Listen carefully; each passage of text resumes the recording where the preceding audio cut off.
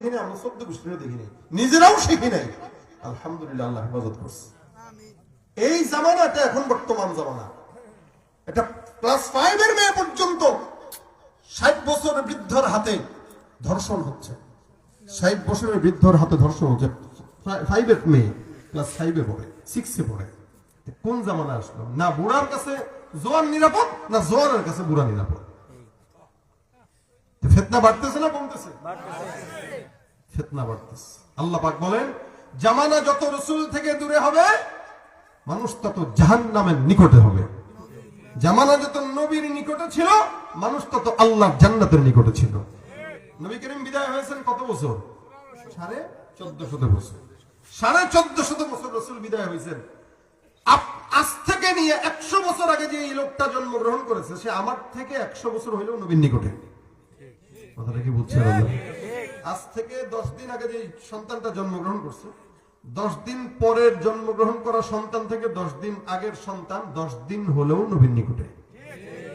তার মানে সে আল্লাহর জান্নাতের নিকটে। নবী বলেন, শেষ জামানায় হালত হবে এরকম, সকালবেলা একজন মানুষ থাকবে ইমানদার, বিকেল বেলা তো কাফের। সকালবেলা ইমানের নূর তার কলবে থাকবে, বিকেল বেলা কাফের। আবার ওই বান্দাটা ইমানটা তার কলবের মধ্যে রাখা এত কঠিন হয়ে যাবে, আগুনের অঙ্গার হাতের মধ্যে রাখা যত কঠিন, একজন ইমানদারের কলবের মধ্যে ইমান রাখা তার চাইতেও কঠিন হয়ে যাবে। ভাইরা আমার, এই কারণে আল্লাহ পাক রব্বুল আলামিন বলেন, والسابقون السابقون أولئك المقربون في جنات النعيم سلة من الأولين وقليل من الآخرين। আমার আল্লাহ পাক রব্বুল আলামিন বলেন, জামানা যত অতীতে চলে গেছে, মানুষ তত আল্লাহর জান্নাতের নিকটে হয়ে গেছে। জামানা যত সামনে যাবে, মানুষ তত জাহান্নামের দিকে যাবে। যেই কল্পনা, যেই চিন্তা, যেই গুনাহের কল্পনা আমাদের বাপ দাদারা করে নাই, ওই গুনাহ এখন আমাদের সন্তানরা পকেটের মধ্যে নিয়ে ঘুরে। ডানে গুনাহ, বামে গুনাহ, সামনে গুনাহ, পিছনে গুনাহ, এত এত গুনাহের আসবাব। এই আসবাবের ভিতরেও আল্লাহ পাক রব্বুল আলামিনের হাবিব বলে, বান্দা, একটা ইমানদার তার ইমান আর গুনাহের সঙ্গে লড়াই করে বেঁচে থাকবে, আর বেঈমানরা স্রোতের সঙ্গে গা ভাসায় সামাজিকতার নাম দিয়ে অশ্লীলতার ভিতরে যুক্ত হয়ে যাবে। এই জন্য বর্তমান সময় এখন ফ্রি চলাফেরা, এটাকে কিছুই মনে করে না। আর পর্দা করে চললে কই যে সেকেলে আসছে, বুঝে না। আমাদের দেশের কিছু মানুষ আছে, আমাদের আকাবির বুজুর্গান দিনদেরকে গালি দেয়, কয় আমাদের বুজুর্গরা নাকি ইসলাম বুঝে নাই, এরা নাকি সেকেলে ছিল। আমাদের আকাবির আসলাফরা আমাদের বুজুর্গানে দিনরা নাকি ইসলাম বোঝে নাই, কারণ মোবাইল চালাইতে পারে না, এটা কোন শিক্ষিত নাকি? মনে রাখবেন, যত অতীতের মানুষ চলে গেছে, এরা ইসলাম আপনার কথা অনুযায়ী কম বুঝলেও তারা আল্লাহর জান্নাত বুঝে গেছে। আর আপনি আমি ইসলাম বেশি বুঝার পরেও আপনার আমার চরিত্র এখন হায়াওয়ান জানোয়ারের চাইতেও খারাপ। ভাইরা আমার, একটু বলি, মিলায় দেখেন তো, আজ থেকে 30-40 বছর আগের কথা যদি বলি, এলাকায় মা বোনরা হাঁটতো, এলাকার মধ্যে মা বোনরা বয়স 20 থেকে হোক, 40 হোক, 50 হোক, 60 হোক, আমরা এক সময় দেখতাম আমাদের মা বোনরা রাস্তায় যখন হাঁটতো, পর পুরুষ যখন রাস্তায় সামনে পড়ে যেত, মা বোনদের বয়স 40 হইলেও কি 50 হলেও কি 60 বছর বয়সের মুরব্বীরাও পর্যন্ত কোন পর পুরুষ দেখার সঙ্গে সঙ্গে ওড়নাটাই পর্যন্ত ঢেকে দিয়ে কোন গাছের আড়ালে লুকায়া যাইত। আমরা দেখতাম এরকম হাতের মধ্যে ছাতা রাখতো, পরপুরুষ যখন সামনে আসতো সুন্দর করে ছাতাটা ফুটা চোখের সামনে তুলে ধরতো, চক্ষুটাও যেন দেখা না যায় এমন ভাবে চলাফেরা করতো। বোরকাটাও যদি পড়তো, বোরকার মধ্যে ছিল 20টা তালি, আর কিছু কিছু জায়গায় ফোঁটাও ছিল, কিন্তু ভিতরে হুর, ভিতরে সুন্দরী নারী, বাহিরে দেখলে বোঝার উপায় নাই। পরপুরুষ দেখার সঙ্গে সঙ্গে বিল্ডিং এর আড়ালে লুকাইতো, কলা গাছের চিপায় লুকাইতো, মসজিদের আড়ালে লুকাইতো। আর বর্তমান সময়ে নারীদেরকে পর্দার কথা বললে ফতোয়াবাজি বলে গালি দেয়।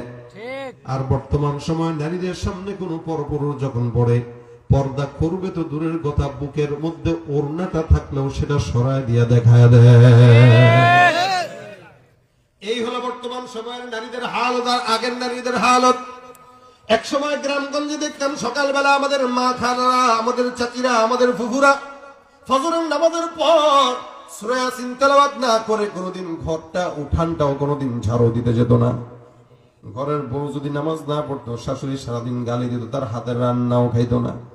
যারে যেই ঘরের মধ্যে বেনামাজি আছে ওই ঘরের মধ্যে বরকত নাই, এই কথা বইলা বইলা ঘরের বউটারে নামাজি বানাইতো, নামাজ পড়াইতো।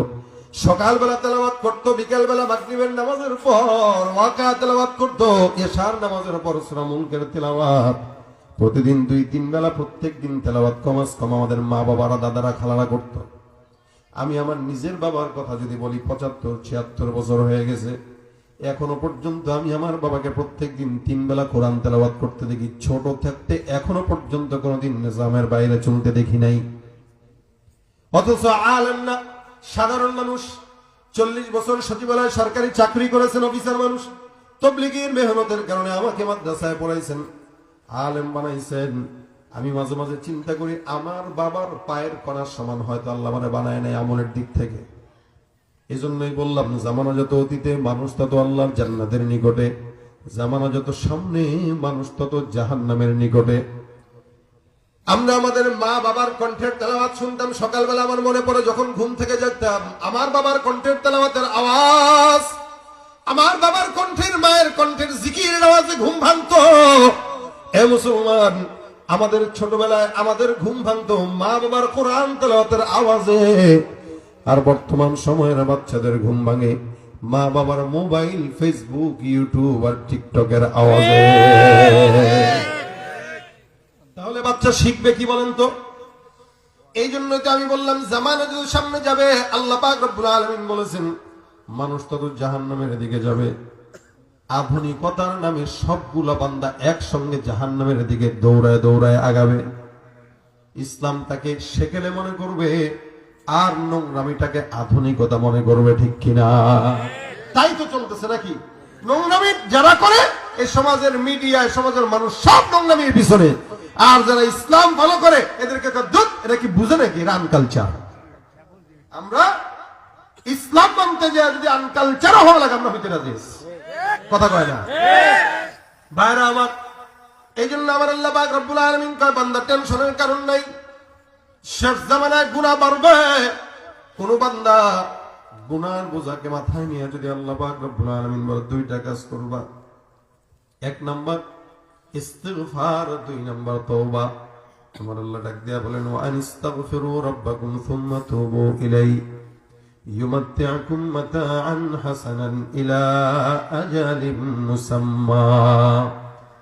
আমার আল্লাহ পাক রব্বুল আলামিন বলে, বান্দা গুনাহ যদি হয়ে যায় টেনশনের কারণ নাই, কাজ হলো 2টা। 1 নাম্বার তোমরা ইস্তিগফার করো আল্লাহর দরবারে, 2 নাম্বার তওবা করো।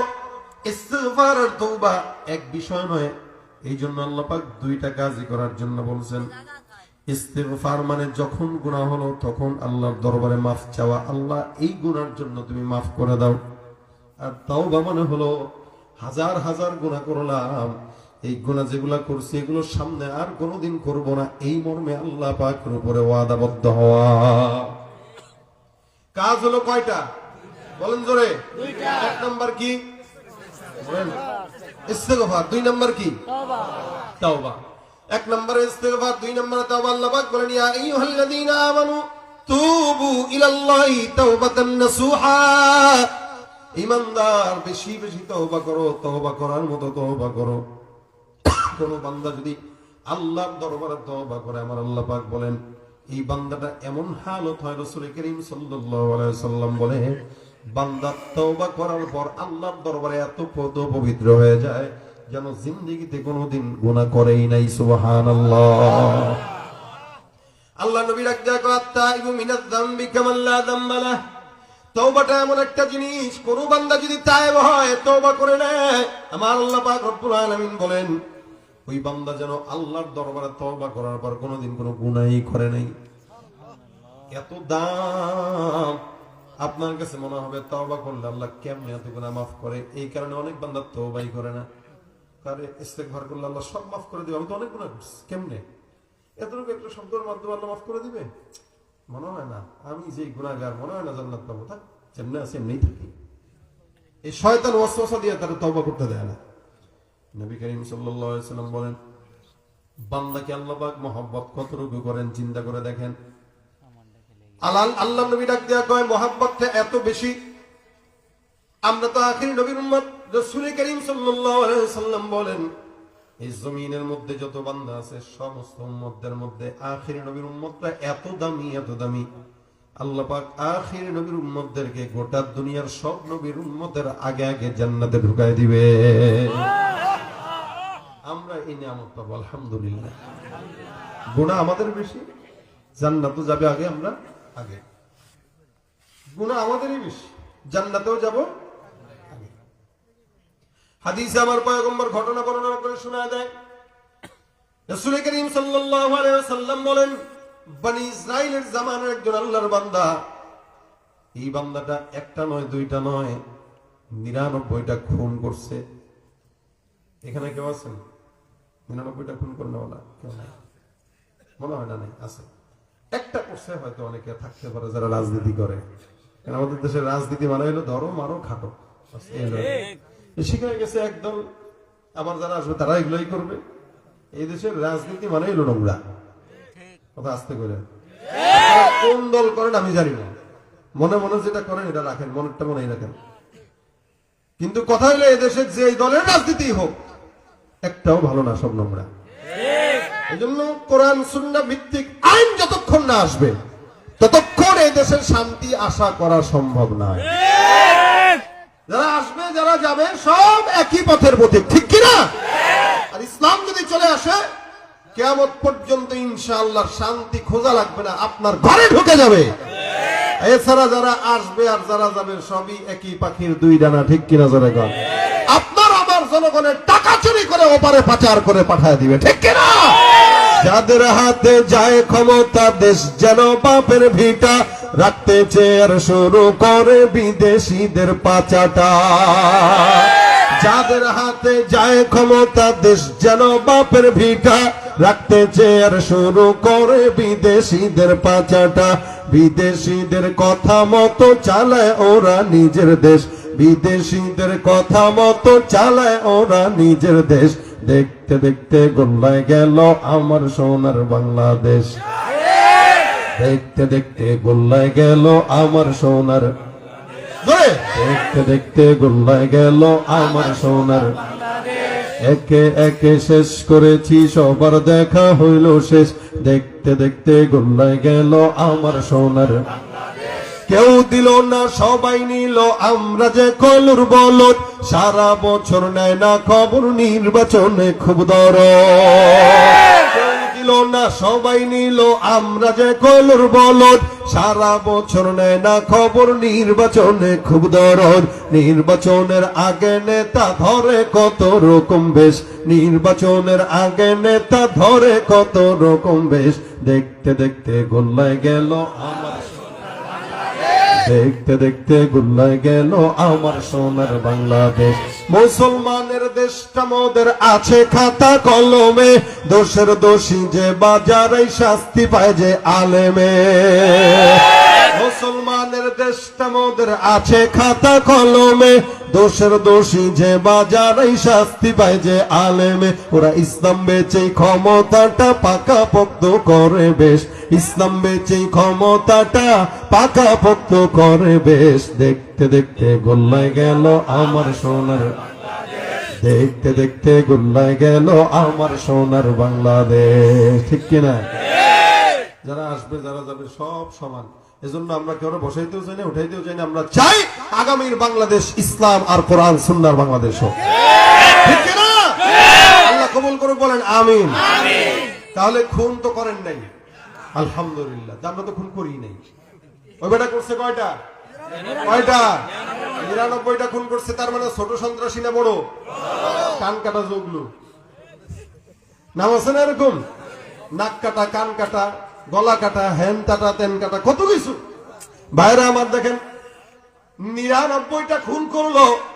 99টা খুন করার পর আল্লাহর নবী ডাক দেয়া কয়, বনি ইসরাইলের জামানার লোক উম্মতে মুহাম্মাদিনা এতগুলা অন্যায় করার পর আল্লাহর বান্দাটার চিন্তা আসলো, আল্লাহর কাছে মনে হয় মাফ চাওয়া দরকার।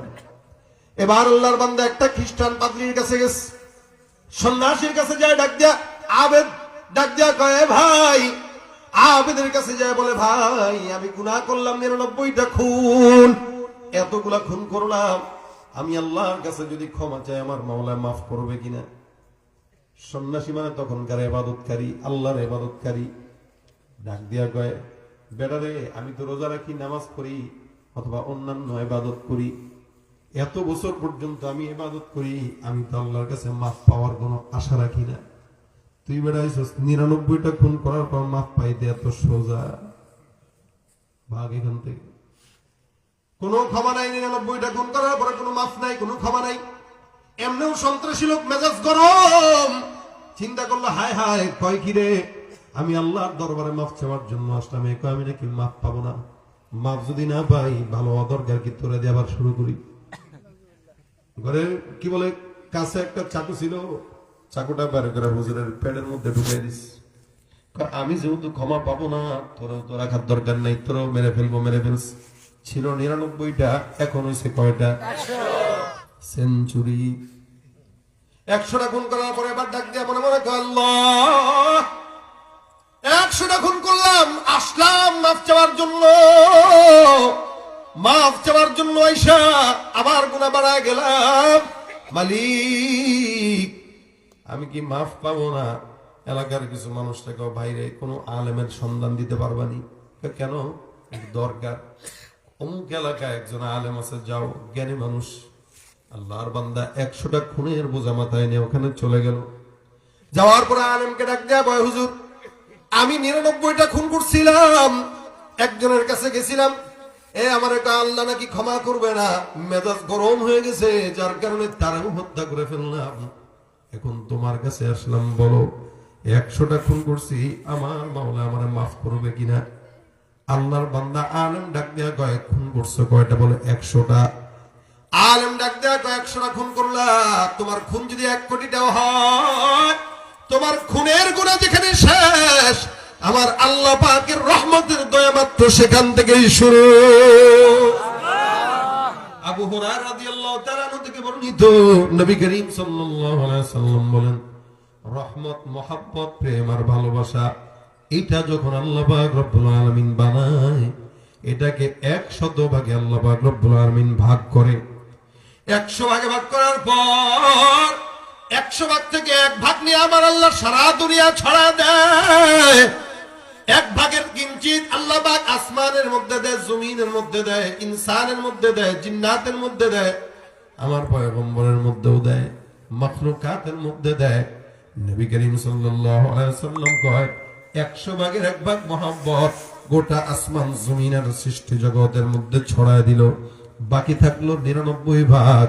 রাসূল কয় বাকি 99 ভাগ মহব্বত আমার আল্লাহ শুধুমাত্র বান্দাকে ক্ষমা করার জন্য মাওলার দিলের মধ্যে আল্লাহ নিজের কাছে রেখে দিয়েছে। তুমি পারো করতে মোচন অভাব দুঃখী লোকের, তুমি পরম মুক্তিদাতা মালিকে জগতের, তুমি পারো করতে মোচন অভাব দুঃখী লোকের, তুমি পরম মুক্তিদাতা মালিকে জগতের, তোমার কাছে চাই যে পানা, তোমার কাছে চাই যে পানা, আমরা প্রতিদিন তোমার দয়ায় পূর্ণ আমার সারা নিশিদিন। আল্লাহ তুমি দয়ার সাগর, আল্লাহ তুমি দয়ার সাগর, রহমানুর রহিম, তোমার দয়ায় পূর্ণ আমার সারা নিশিদিন। দয়াকার আল্লাহ, বেশি না কম? বেশি। এতগুলো দয়া নিয়ে আমার আল্লাহ আছেন। এবার আলেমটা ডাক দেয়া কয় টেনশনের কারণ নাই, যেখানে তোমার গুনাহ শেষ আল্লাহ পাক রব্বুল আলামিনের দয়া মাত্র সেখান থেকেই শুরু।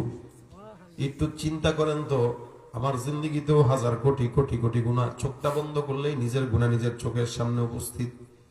বালিশের সঙ্গে মাথাটা লাগাইলে নিজের গুনাহ নিজের সামনে উপস্থিত।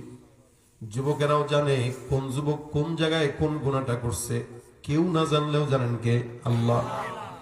আমি আমার নিজের কাছে আমি নিজে দুর্বল, আল্লাহর কাছে আমিও দুর্বল। এলাকার মানুষের সামনে অনেক বড় বুজুর্গের ভাব ধরে থাকা সহজ, কিন্তু মাওলার সামনে গুনাহ মুক্ত হায়াত নেওয়া অনেক কঠিন।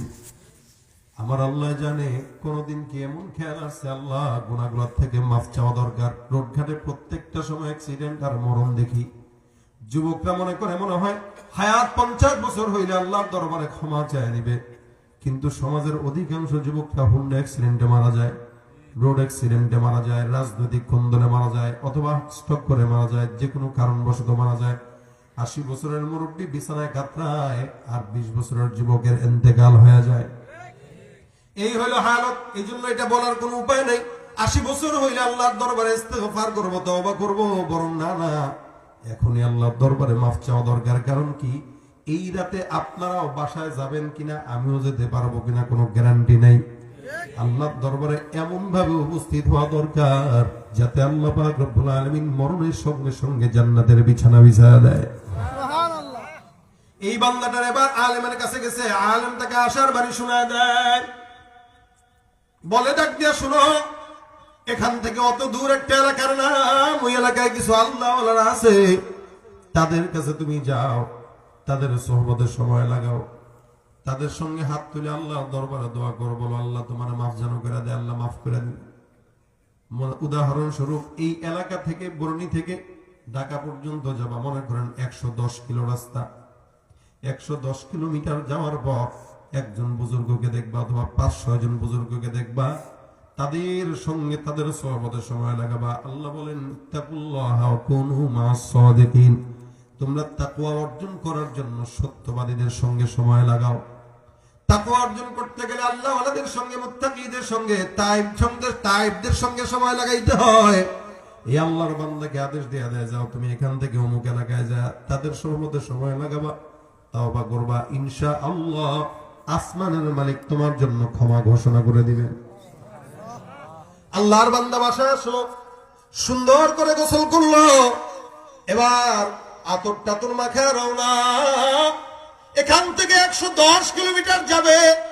আল্লাহর বান্দা বের হয়ে গেছে। যেতে যেতে যেতে যেতে মনে করেন ভাঙ্গা পর্যন্ত গেল। 20 কিলো রাস্তা অথবা 25 কিলো রাস্তা অথবা 30 কিলো রাস্তা, 110 থেকে 30 কিলোমিটার রাস্তা আগাইল আল্লাহর বান্দা।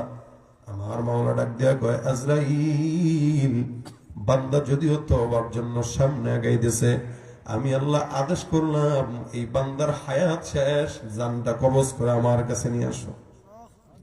যাচ্ছিল তওবার জন্য, আল্লাহর কাছে মাফ চাবে, তাওবা করবে। যাও, আল্লাহ ডাক দিয়ে কয়, আজরাইল, এই বান্দার হায়াত শেষ, জানটা কবজ করে আমার কাছে নিয়ে আসো।